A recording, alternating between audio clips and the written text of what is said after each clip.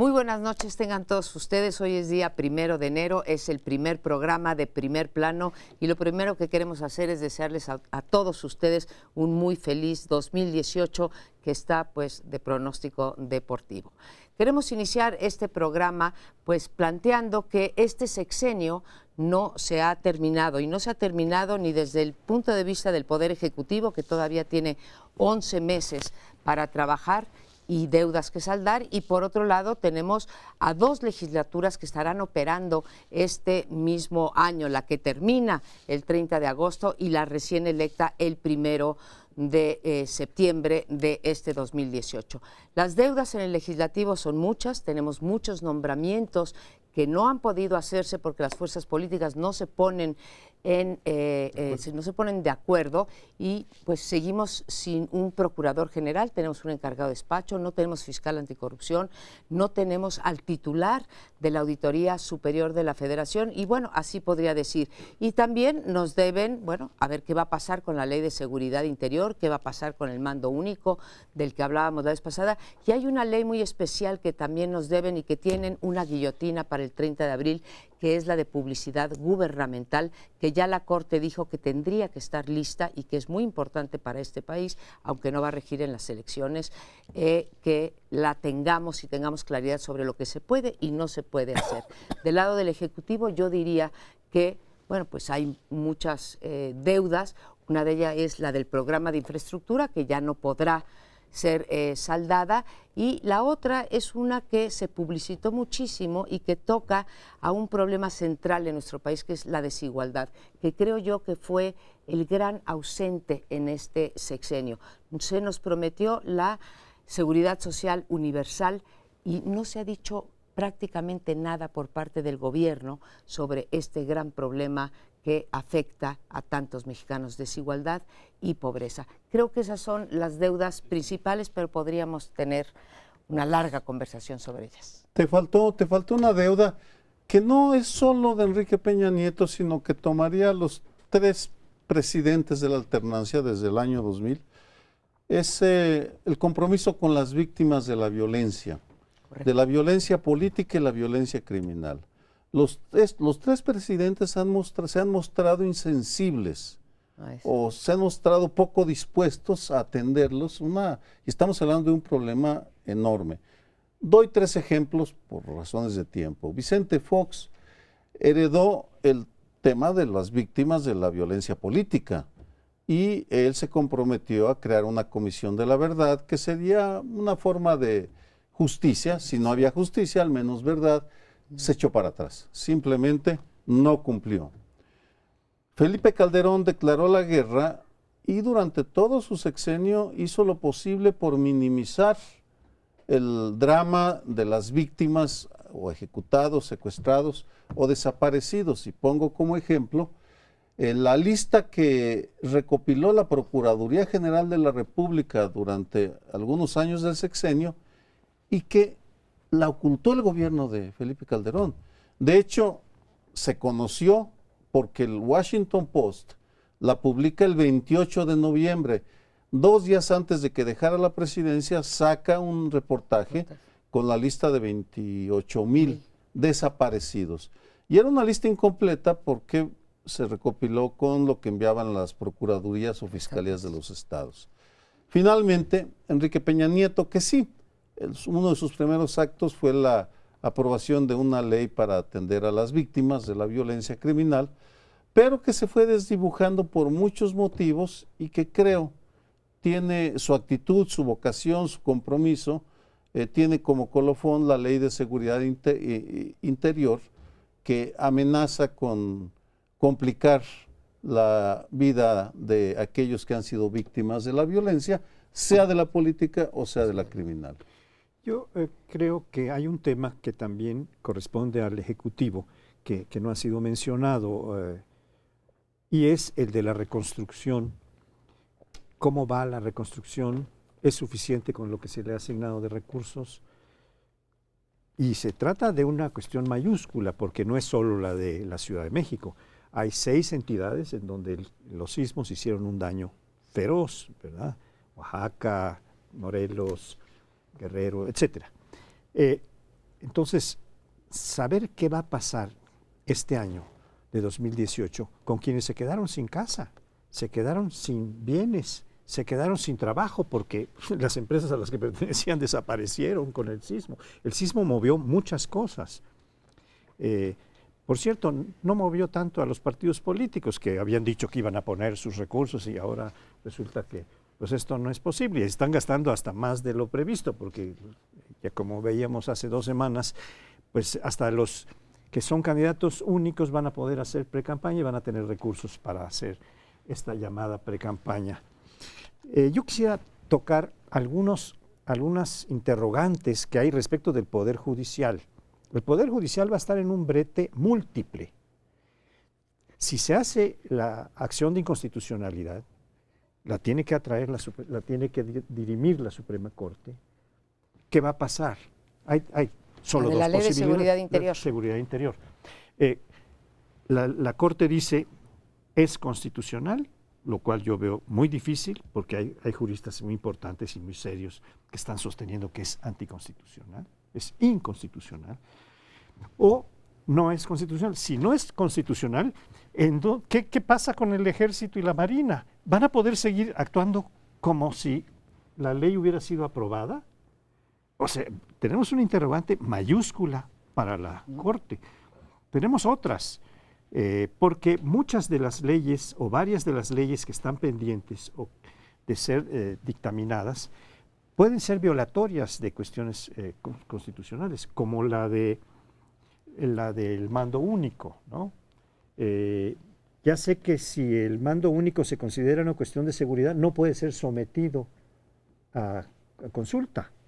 Pero si es considerado de otra manera, ¿cómo lo va a resolver la Corte? Entonces, menciono esos dos, pero hay más, nada más que no quisiera invertir tanto tiempo. Bueno, pero precisamente toda esta cuestión pendiente y en la agenda legislativa, sabemos, siempre ha ocurrido así, que cuando se intercala estas legislaturas, estos periodos, con las elecciones, se entorpece todo enormemente. Sí. No necesariamente para que no salgan las cosas, porque hay veces que es tan urgente que tienen que salir, pero los criterios que prevalecen para decidir una u otra cosa están contaminados por el proceso electoral, por las rivalidades electorales. Lo vimos el año pasado con varios temas. Lo del fiscal carnal llamado, que siempre no, que se echó para atrás, tenía una connotación electoral. Era el pleito entre el PAN por un lado y el Frente, y el PRI, pues luchando por el segundo lugar en la elección, más la fractura dentro del PAN, que terminó apoyando las posiciones del PRI, precisamente a raíz de la candidatura dentro del propio Frente, ¿no?, de Ricardo Anaya, y las cerrazonas hacia Margarita Zavala. O sea, hasta los conflictos internos de los partidos se reflejan en cómo se deciden las cosas. A veces se entorpece al grado en que no pueden decidirse, pero incluso cuando es necesario sacarlas adelante, hay otros ejemplos. Lo del fiscal electoral, pues también estaba contaminado. La remoción del fiscal electoral, claro que estaba contaminada también con la lucha electoral. Entonces, el problema es también ese, es decir, lo que falta por resolver, que es muy importante, es muy urgente, todos los cargos que faltan por nombrar, va a ser por cuotas, va a ser en un clima, digamos, de acuerdo, como a veces lo ha habido, lo hubo al principio de este sexenio, un gran acuerdo entre los distintos partidos, o parte de los partidos, parte decisiva de los partidos, para sacar adelante reformas. Pero en pleno proceso electoral, los partidos casi están todos centrados en el proceso electoral, en la contienda, en ver cómo le hago para desprestigiar a mis rivales, en este caso, y eso entorpece enormemente, o por lo menos contamina, la agenda pendiente en materia legislativa, en materia judicial, etcétera. Híjole, Crespo, creo que pones un dilema muy importante. Yo comencé diciendo pues que debía saldar ciertas deudas esta administración y estas legislaturas, pero ya no sé qué es peor, si la parálisis o la toma de decisiones en materia de política pública con criterios estrictamente electorales. Creo que sí se plantea este dilema entre qué es mejor, una toma de decisiones incorrecta o de plano la parálisis, y lo podríamos ver, por ejemplo, en el caso de la corrupción. Yo creo que 11 meses serían muy buenos para poder, digamos, completar el Sistema Nacional Anticorrupción, tener una política de Estado, o sea, transeccional en materia de corrupción, pero por otro lado pienso que pues habría pocas esperanzas, porque no me quiero imaginar durante la época electoral que pues se denuncien y se actúe judicialmente en contra de ciertos casos de corrupción que serían emblemáticos tanto de la administración presente como de los diputados y senadores o de gobiernos locales, porque esto pues minaría las posibilidades de uno u otro candidato para ser, digamos, para atraer más votos. Así que sí estamos ante ese dilema de qué es mejor, la parálisis o la acción con base a criterios electorales.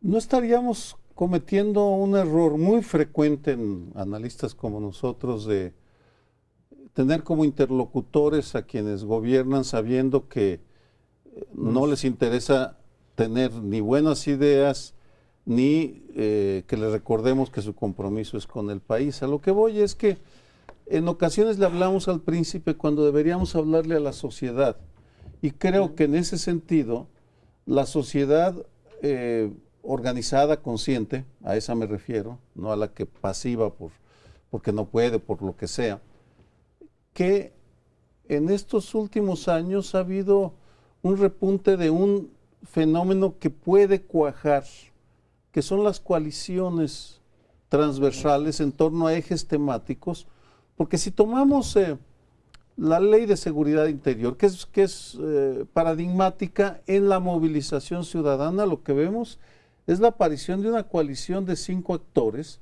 en torno a un objetivo común: rechazar la Ley de Seguridad Interior, políticos y funcionarios que no están de acuerdo con esa ley por los motivos que sean, organismos civiles y empresariales y eclesiásticos también, ciudadanos organizados a través de redes sociales, medios de comunicación que se convierten en los difusores o los difusores de las posturas, y la comunidad internacional. En ese sentido, me parece que tendríamos que, al mismo tiempo que reconocemos lo que nos deben, reconocer que la sociedad ya entiende que no podemos esperar gran cosa de los que están ahora, tal vez tampoco de los que vienen, pero pues ciertamente de los que están ahora no podemos esperar gran cosa, que la sociedad mexicana sí está reaccionando, lo cual es una buena noticia. Yo creo, Sergio, que tienes razón en que no nos hacen mucho caso los responsables de las políticas a nivel legislativo, ejecutivo, claramente, ¿no? Pero no podemos abdicar de nuestra obligación de seguirnos dirigiendo a ellos, al príncipe, como tú decías metafóricamente, recordando a don Nicolás Maquiavelo. El príncipe es el que va a tomar ciertas decisiones, pero cuando uno le habla al príncipe, es como aquel dicho popular mexicano de que te lo digo, Juan, para que lo entiendas, Pedro, porque los que sí nos ponen cierta atención son las organizaciones de la sociedad civil. Por lo menos una parte significativa de estas organizaciones sí nos pone atención, y ellos van a proyectar. De hecho, muchas veces somos interpretados por las organizaciones de la sociedad civil, es decir, lo que aquí planteamos, y se apoyan en nuestras argumentaciones. Y nosotros, a nuestra vez, nos apoyamos en las argumentaciones de la sociedad civil. O sea, es un diálogo múltiple el que se está organizando, porque va a ser muy patente para este año de 2018 que requerimos dar nuestra reflexión, que es lo único que nosotros tenemos, que es lo que nosotros tenemos responsabilidad de hacer, tanto para el príncipe como para la sociedad civil. Sí, brevemente, te entiendo, pero creo que es una trampa. Simplemente intelectualmente es una trampa estar pensando tanto en el príncipe, que es sordo y que no le interesa la razón, cuando deberíamos tal vez dirigirnos, pensar en la sociedad, en ese auditorio que nos está viendo. Me parece que sería bueno pensarlo, simplemente. Pues yo te tomo la palabra, Sergio, pero también tenemos que dirigirnos a los dos, y sobre todo esos que sí podemos participar, seguirlo haciendo en un año crucial. Vamos a un corte y regresamos al segundo bloque de este primer programa del año. Bueno, y por supuesto, la atención en materia política estará centrada en la elección, en las diversas elecciones, en la presidencial, pero también hay varios concurrentes y con muchísimos cargos en disputa. Pero casi siempre lo más importante, la gente tiende a ver quién va a ganar la elección presidencial. Y a mí me parece que una característica de esta elección, a diferencia de la de hace 6 años, la del 2012, es que ahora no se sabe realmente quién pueda ganar. Por lo menos desde mi punto de vista, yo no descarto a ninguna de las 3 fuerzas políticas que están compitiendo que pueda ganar. Cuando uno platica con colegas, platicas con amigos, te dicen, no, mira, va a ganar López Obrador por tal y tal y tal y tal, y dan muchas razones atendibles. Pero otro te puede decir, no, va a ser el PRI por esto y esto y esto, y te da también varias razones que podrían ocurrir, y lo mismo con el Frente. Yo digo, hoy por hoy, hasta ahorita, por lo menos en este corte de caja, me parece que cualquiera podría ganar, porque no sabemos todavía, las encuestas no nos han dado elementos confiables, en todo caso, para ver cómo es la realineación de los electores a partir de quienes ya sabemos quiénes van a ser los candidatos. Eso ya se sabe, no se sabía, se especulaba, pero ante eso de pronto falta por ver de aquí, yo diría que a 1 mes, a 2 meses, cuando terminen las precampañas que en realidad son campaña, de saber más o menos cómo están alineados los electores. Y aún así, de todas maneras, por ejemplo, María Amparo ha sostenido que esto va a ser de 3. No está descartado ese escenario. En la medida en que el Frente se consolidó como tal, puede seguir compitiendo en un nivel de 3. También tampoco se descarta el hecho de lo que ha ocurrido en otras elecciones, que una fuerza que se rezaga un poquito se desploma y termina siendo de 2. Pero no sabemos ni siquiera hoy por hoy cuáles serían esos 2. Probablemente el observador estará en los finalistas, pero del otro lado no sabemos. Entonces hay mucha incertidumbre al respecto, a lo cual yo le doy la bienvenida, porque eso refleja en buena parte que en esa parte de la democracia electoral, por lo menos, pues está vigente. Bueno, se dice que democracia es igual a pluralidad, o por lo menos que en la democracia es donde la pluralidad se expresa, compite, plantea distintas posiciones. El problema es que con 3.300 y pico de cargos que se van a poner en juego este año, la pluralidad va a ser infernal, va a ser ad nauseam. Ese es el punto de vista negativo. El punto de vista positivo es que nadie ganará todo. ¿Pluralidad en qué sentido? Pluralidad de fuerzas, pluralidad de ideas, pluralidad de programas. ¿De ideas? ¿De programas? Bueno, están expresadas. Yo no digo que sean... Ningún partido ha cumplido en el mundo con las cosas que plantea programáticamente. Pero van a estar planteadas este año. La pluralidad ad nauseam es que nos trae una cierta confusión. La parte positiva, iba yo a empezar a decir, es que pues tenemos esta libertad para poder elegir y que la pluralidad es un valor, aun cuando el presidente de la República, quien resulte serlo, o la presidente, si es que Margarita Zavala consigue entrar en la competencia, que lo veo cada vez más difícil, pero en todo caso, quien resulte va a estar de un condicionado como nunca ningún presidente ha estado condicionado. El presidencialismo está tocando a su fin por esta avalancha de pluralidad, de posiciones políticas que van a obtener todos los partidos a nivel municipal, a nivel estatal, a nivel federal.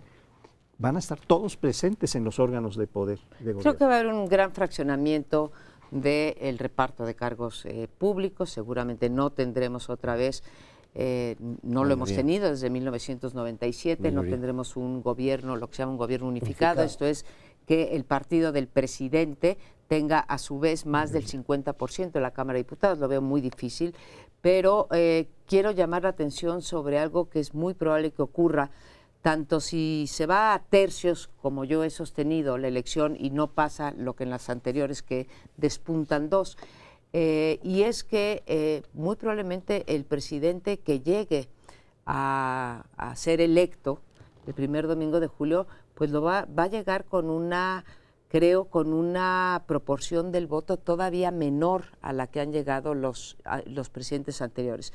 Felipe Calderón, que fue el que menor votación recibió, que fue 34%, después Peña Nieto la subió a 38%, pero creo que si se perfila lo que hoy dicen las encuestas, podría haber una diferencia entre 2 y 3% de cada una de las fuerzas políticas, lo que significa que van a llegar con máximo el 30-31% de la votación, y si a eso le aumento todos los que no votaron, pues van a llegar como con 18% de la lista nominal de electores, y esto si bien es legal, porque la Constitución dice que aquel que saque más votos es el que será presidente, pues sí tendrá a buena parte de la población que no apoya a el mandato de este presidente.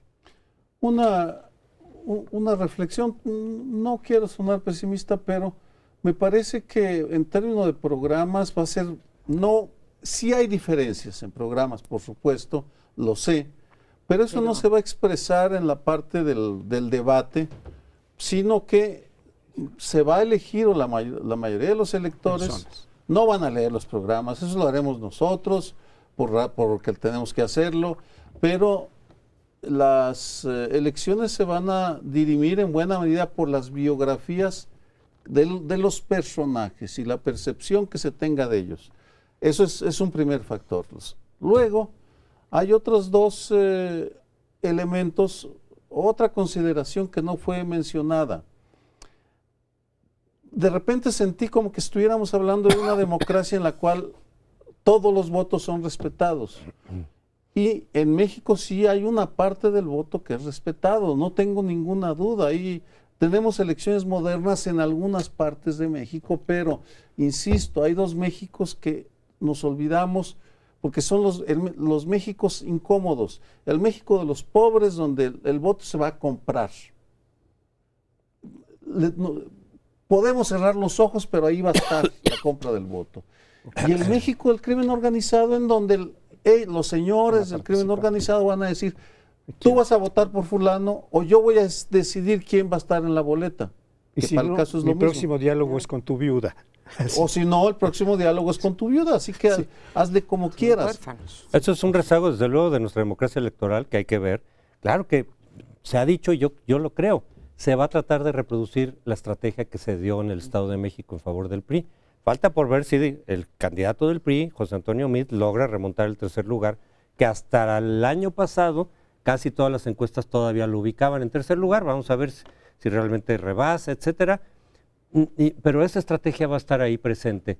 La duda que algunos tenemos es decir, si le va a bastar al PRI con eso, porque el control que tiene en el Estado de México no es igual al de todo el resto del país. De todas maneras, con todo lo que echó, digamos, toda la carne al asador en el Estado de México, ganó por 2.5% y con ayuda de sus aliados. Sin los aliados no hubiera ganado, sin la votación que le aportaron los aliados. O sea, tampoco está tan automático, por eso yo no descarto. Mucha gente dice, no va a ganar López Obrador porque le van a hacer fraude. Sí, le van a intentar hacer fraude y eso creo que está muy claro. ¿Les va a bastar al régimen para poderlo derrotar? No me queda tan claro, porque hay muchas otras variables en todo caso.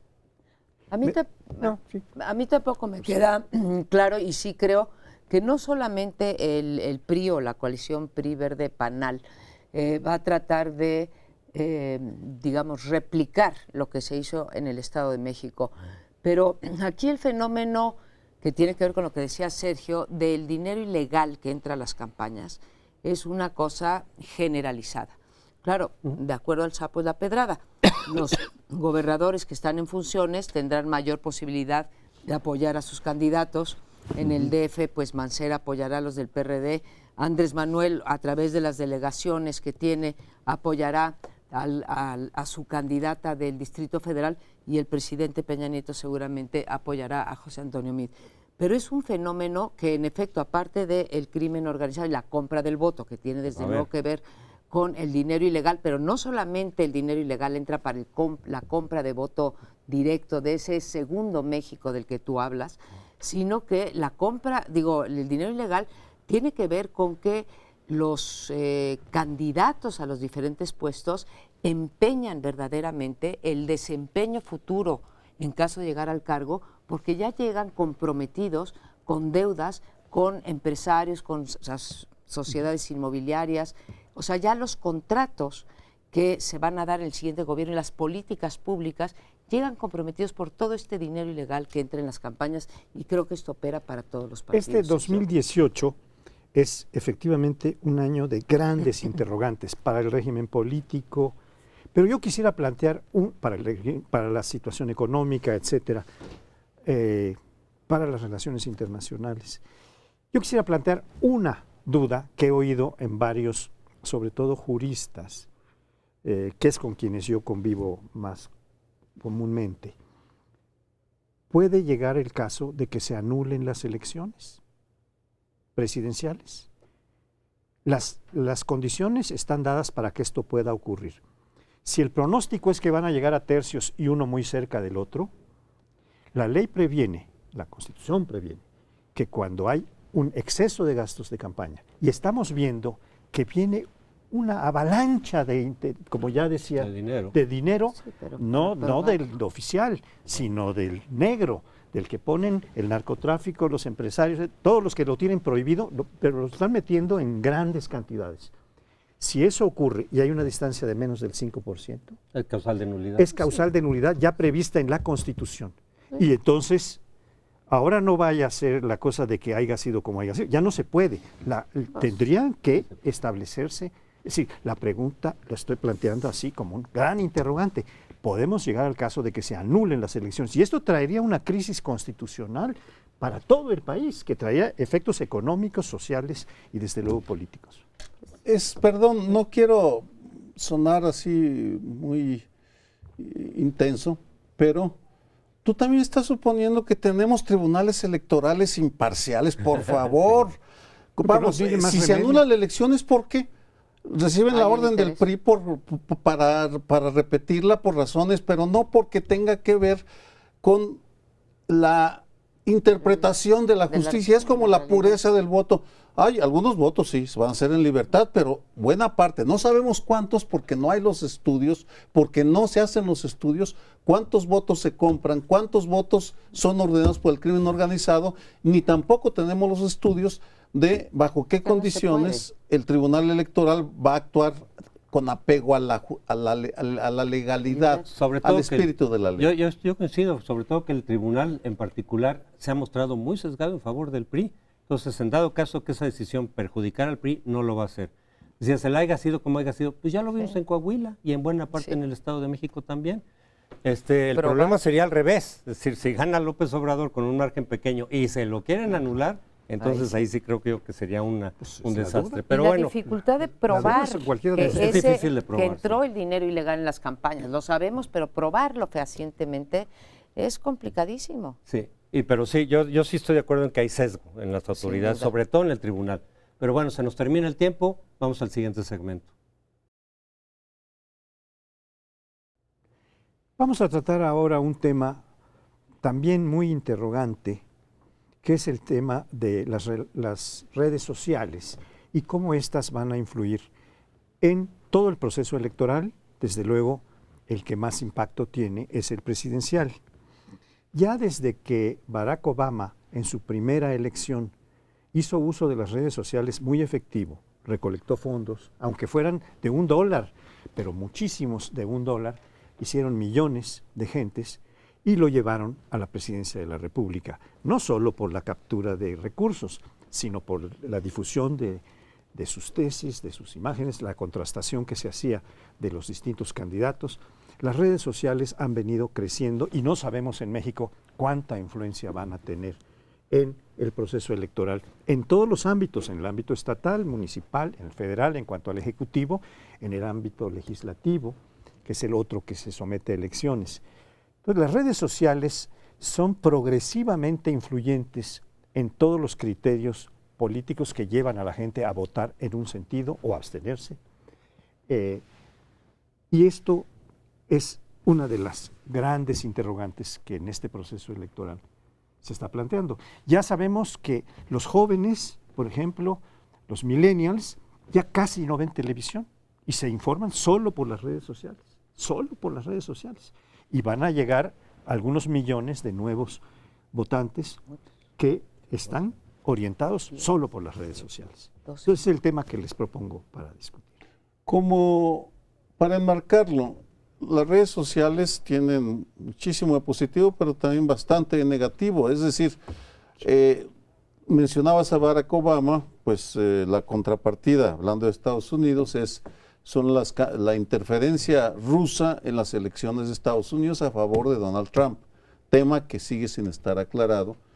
Y en ese sentido, pareciera una vez más de que quienes se encargan de vigilar por la elecciones limpias y confiables, que sería el término correcto, parece que no les interesa meterse en ese tema. Es decir, ahí está, todos sabemos que va a pesar las campañas negativas y las positivas de una y otra manera, pero no hay un esfuerzo por entender de qué manera y qué podría hacer la autoridad electoral para acotar hasta donde sea posible el efecto negativo para potenciar lo positivo, porque me parece muy saludable que no escuchen a la televisión, sobre todo cuando sabemos que la mayor parte de la televisión privada está pagada o está controlada o está vendida. Pero que eso es muy saludable, pero si no hay... ¿Qué, lo de la venta? No, Eso no es saludable. me parece muy saludable que las redes sociales sustituyan a las televisiones, que dejen de ver televisión. Los noticieros de televisión a veces distorsionan la realidad, pero sí sería necesario que también hubiera mecanismos, y lo menciono por una razón, y muy brevemente. Las amenazas a periodistas, las pocas policías cibernéticas que existen, era un tema que no consideraban. Las amenazas por redes sociales.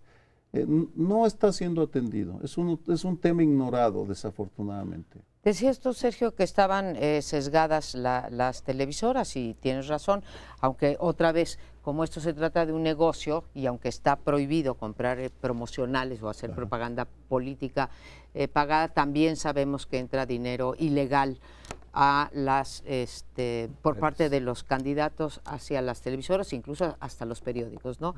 Decías, está sesgada. Ahora, las redes sociales también están sesgadas, y hoy día los estrategas políticos más cotizados, más que los encuestadores, más que los estrategas, digamos, tradicionales, son aquellos que saben manejar bien a las redes sociales, y ahí se paga mucho dinero. Ahí teníamos hace rato, mencionábamos el caso de Coahuila, y del Estado de México también pasó, en donde no se reportaron todos los gastos que se hicieron en una de las más grandes corporaciones de Internet, que es Facebook, ¿no? Y tienen un problema adicional, aparte del sesgo, que, pues, o sea, el sesgo siempre se compra con dinero, ¿no? Tienen otro que, así como tienen su parte democrática, decías bien tú, que son armas de doble filo, si en los noticieros o si en las televisoras y las radiodifusoras en general se pueden hacer, desde luego, fake news, noticias falsas, las redes sociales todavía se prestan muchísimo más para hacer eso, y se prestan para otra cosa, que no digo que no ocurra en los medios tradicionales, pero ocurre por la naturaleza del medio con mayor frecuencia, que es la ramplonización, ¿sí? La simplificación del debate. En 140 caracteres, aquel que es más gracioso, 280 aquel que es más gracioso o aquel que encuentra, es como hacer jingles en la política, ¿no? Estas cancioncitas pegajosas, y de repente definir quién te va a gobernar durante 6 años, porque tuviste un gran estratega que dio un buen golpe publicitario, a mí me preocupa. Esto de la simplificación, digamos, en el debate que se da en las redes, sobre todo en el Twitter, ¿no? Por la extensión tan pequeña. Pues es como el equivalente de los spots de los partidos, ¿no? No hay tiempo suficiente para profundizar, entonces en los twitters metes una ocurrencia, una opinión, y luego te exigen que demuestres así fehacientemente tu opinión como si se tratara de un tratado. Sí, güey, pues aquí no cabe, ¿no? En el Twitter no cabe hacer una explicación más profunda, son ideas, son opiniones. Pero también está la cuestión de los ejércitos pagados, los llamados bots, los llamados trollers y todos esos, donde los políticos o los partidos contratan gente para estar ahí bombardeando constantemente de ideas o condenando, digamos, a quien emite una opinión contraria a su candidato y provocándolo, etcétera, sobre la base de que mucha gente sí puede influir. Yo creo que es un segmento, a final de cuentas, intermedio, el que puede ser influido por las redes o por la propaganda en general, porque muchos ya están definidos por dónde quieren ir, ¿no? Los votos duros ya están definidos. Entonces se van sobre los indecisos, pero que son los que pueden inclinar la balanza. Pero entonces, a veces uno cuando está en las redes no sabe si estás hablando con un ciudadano de carne y hueso que tiene una opinión X determinada, ¿no? O estás hablando con los troles, ¿no? Que te están Sí. pegue y pegue y pegue. Entonces hay ese fenómeno también que puede distorsionar fuertemente el mensaje. Bueno, yo creo que tienes razón, Sergio, desde luego, y qué bueno que haces esta división. Las redes están contaminadas y pueden influir positivamente o negativamente respecto de un candidato, de un programa, de una coalición, etcétera. Ciertamente no es una sola vía la de la intervención que van a tomar los que participan en las redes. Pero yo creo que hay una gran diferencia en cuanto que antes eran definitivas, no solo en México, en Estados Unidos, las campañas se hacían con la televisión y solo con la televisión, fundamentalmente con la televisión y un poco de radio. La prensa fue quedando, la prensa impresa fue quedando atrás. Y en México empezó a pasar esto. Pero ahora tenemos la gran interrogante, porque las redes sociales, a diferencia de las televisoras o de la radio, no cuestan tanto. No digo que no cuesten, ya ustedes adujeron que se pueden comprar ejércitos de participantes que llevan la... Pero también puede haber ejércitos de personas que van a impulsar con un pago muy relativo, muy pequeño o ningún pago en muchos de los mensajes que transmiten, y esto le da una nueva perspectiva a las circunstancias, porque la juventud más recientemente incorporada a la ciudadanía, es que son los de los millennials en adelante, está fundamentalmente orientada por las redes, en lo positivo y en lo negativo. Y esto es lo que nos presenta una incógnita mayúscula, pero en fin. Bueno. Ahora se ha democratizado la expresión. Hay muchos que se pueden expresar. Antes nada más el que pagaba a la televisión. Así sea Ross Perot. Y ahora tenemos millones de Ross Perots que pueden participar. Sí, quisiera aclarar cuál es mi postura en este sentido, porque soy muy crítico de los árbitros electorales, todos los quienes me escuchan lo saben, porque creo que no asumen su papel como garantes de derechos que son violados constantemente, en este caso elecciones limpias y confiables.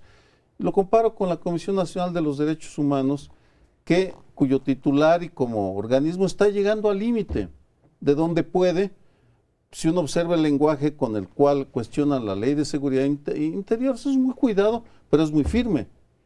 Si la publica en el Diario Oficial, nos vamos a la acción de inconstitucionalidad. A lo que yo me refiero, y es tal vez porque recuerdo el IFE de Alonso Lujambio, por ejemplo, que se puso a investigar el dinero. Aquí pasa todas las irregularidades. Y generó multas gigantescas que provocó, si alguien provocó que corrieran a todo el IFE, no fue Woldenberg, fue Alonso Lujambio, con sus investigaciones sobre el PAN, el PRI y el Verde. En ese caso, mi planteamiento es, ¿por qué tenemos como árbitros electorales a una bola de timoratos o parciales? Ese es porque le hacen un daño enorme a la democracia, a la calidad de la democracia. Yo creo, y en eso hemos estado en desacuerdo, Sergio, y no creo que toda decisión del Instituto Nacional Electoral deba de ser defendida. Yo misma he escrito en contra de algunas de ellas, pero creo que es injusta la comparación que esta es, porque yo sí me pregunto si es el árbitro electoral o es la ley electoral. Le han dejado al árbitro electoral una cantidad de lagunas por cubrir que no le han dejado, y yo reconozco públicamente la labor que hizo Luis Raúl González al frente de la CNDH, ¿sí? Pero es mucho más claro su mandato. Aquí tienen que estar, acá es uno personal y aquí son varios, ¿no? Entonces sí tenemos unas lagunas y supuestamente Internet no puede ser regulado, ¿no? ¿Me permites, Narosa? ¿No? Te pongo un ejemplo. No, tal vez no puedan actuar, pero sí pueden investigar.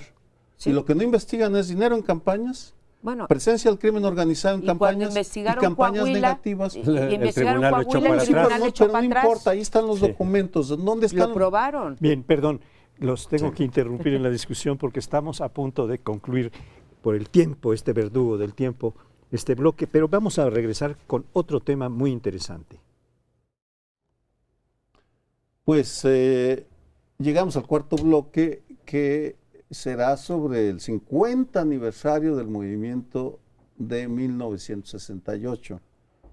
Quienes lo vivimos, yo tenía 20 años en aquel momento, ya tengo 70, que imagínense, estos 50 años, y sin embargo se volverá a recordar.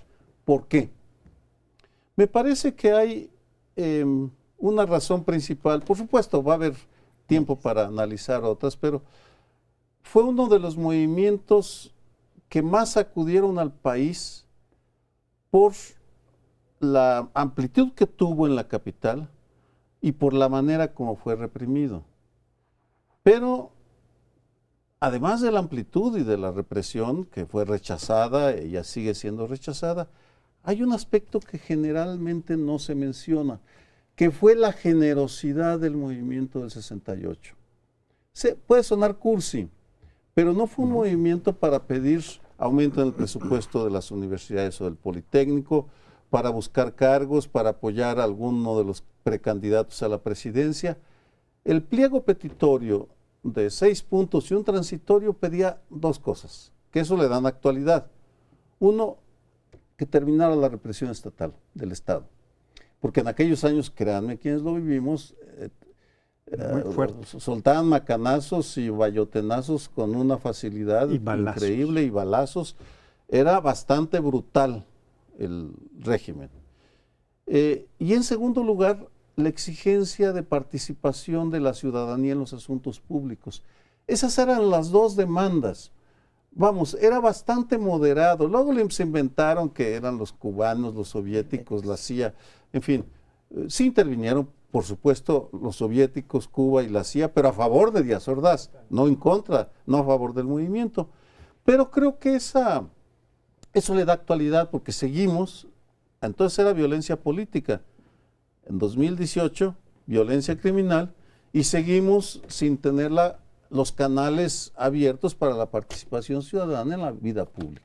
Déjame en este 1 de enero ser un poco optimista y qué bueno que traes ese tema y hablas de la generosidad de quienes participaron en ese movimiento del 68, en el sentido de que no querían nada personalizado, nada para sí, nada para un candidato, nada para un interés personal, sino eran 2 demandas absolutamente legítimas, pero que a pesar de que no estamos ni mucho menos en Shangri-La, no estamos en el mundo ideal, creo que hay que reconocer que fue un movimiento finalmente exitoso en términos de no la satisfacción plena de las demandas, pero sí la satisfacción parcial.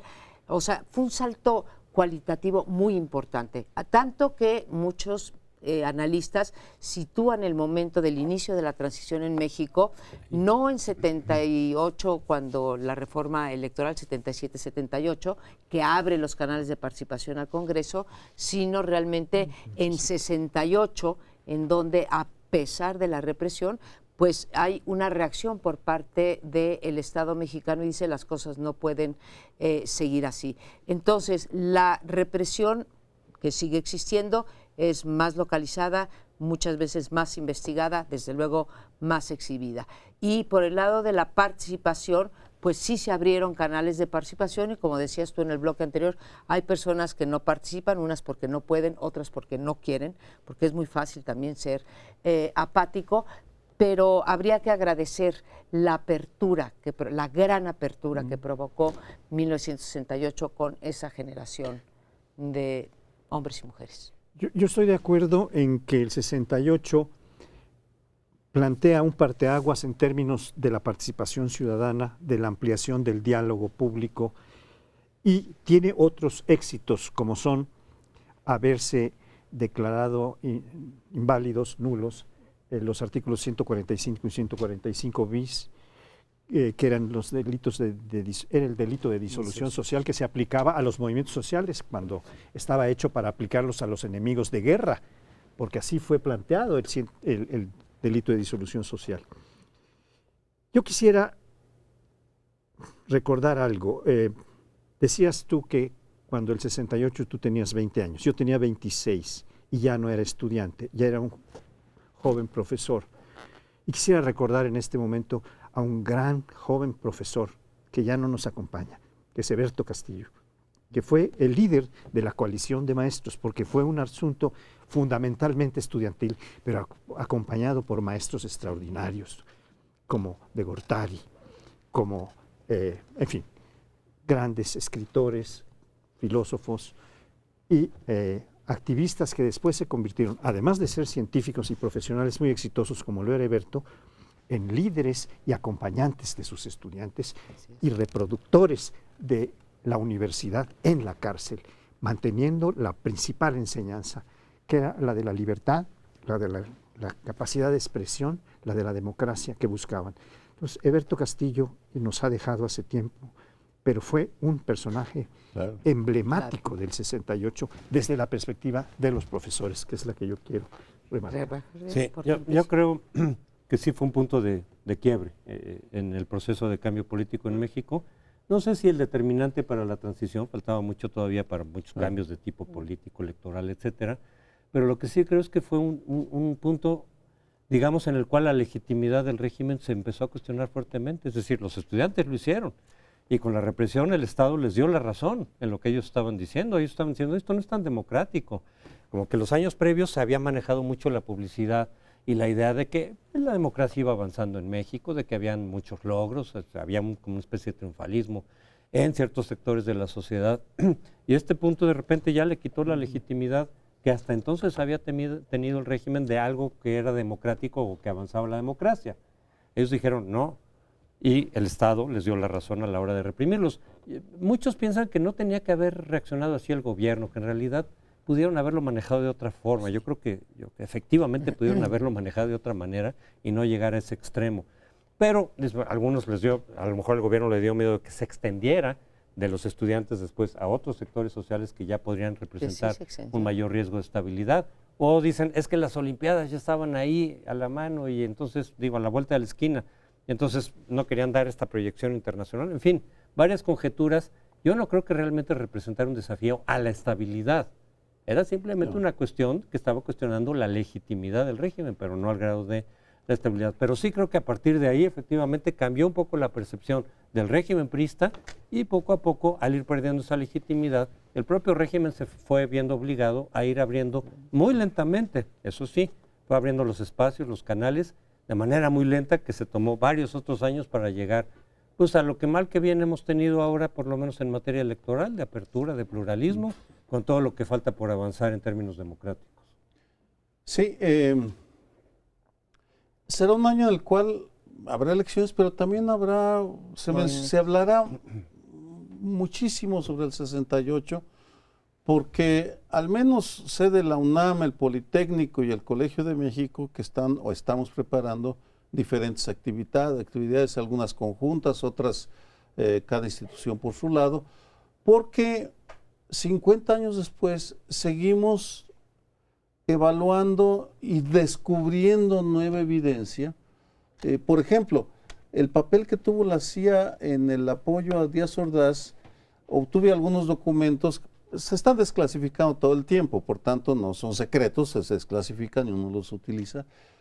Me sorprendió el papel que tuvo la CIA para apoyar a Gustavo Díaz Ordaz, por ejemplo, porque Díaz Ordaz el presidente estaba en la nómina de la CIA, recibía dinero mensualmente de esta agencia de espionaje y uno de los principales consejeros del presidente en quien más confiaba era el jefe de la estación de la CIA, Winston Scott. Tanto así que doy una pequeña revelación. Díaz Ordaz le dijo a Winston Scott que él era el tapado en mayo de 1963, cuando el destape fue en noviembre. Vamos, esto da una idea de la confianza que le tenía el presidente y ciertamente tanto Winston Scott como Díaz Ordaz eran figuras de la Guerra Fría. A lo que voy es que uno de los anticomunistas, profundamente anticomunistas, claro, y categorizaban el mundo entre los enemigos de la democracia y los amigos de la democracia y punto. Lo menciono porque ojalá este año se le preste más atención a lo internacional, porque también de lo internacional vino un apoyo enorme, El 68 que conocemos lo es por la presencia de medios de comunicación y de académicos. Es decir, es un fenómeno muy complejo y sí, es un parteaguas. No empieza la historia de México ahí, pero ciertamente hay un viraje en un buen número de Dos actores. cosas, lo internacional, que bueno que lo dices, va a pesar seguramente en estas elecciones, va a haber intentos de intervención, ya se habla de algunos por parte de Rusia. Y dos, qué bueno que mencionas esto, porque creo que hay que acabar con una nota de optimismo, que fue la aprobación el año pasado al final de la ley de archivos, ¿sí? Que realmente la sociedad civil logró impactar en ella para que se saliera, entre otras cosas, de gobernación. Nos tenemos que despedir Feliz año. en este año de los spots. Hasta luego.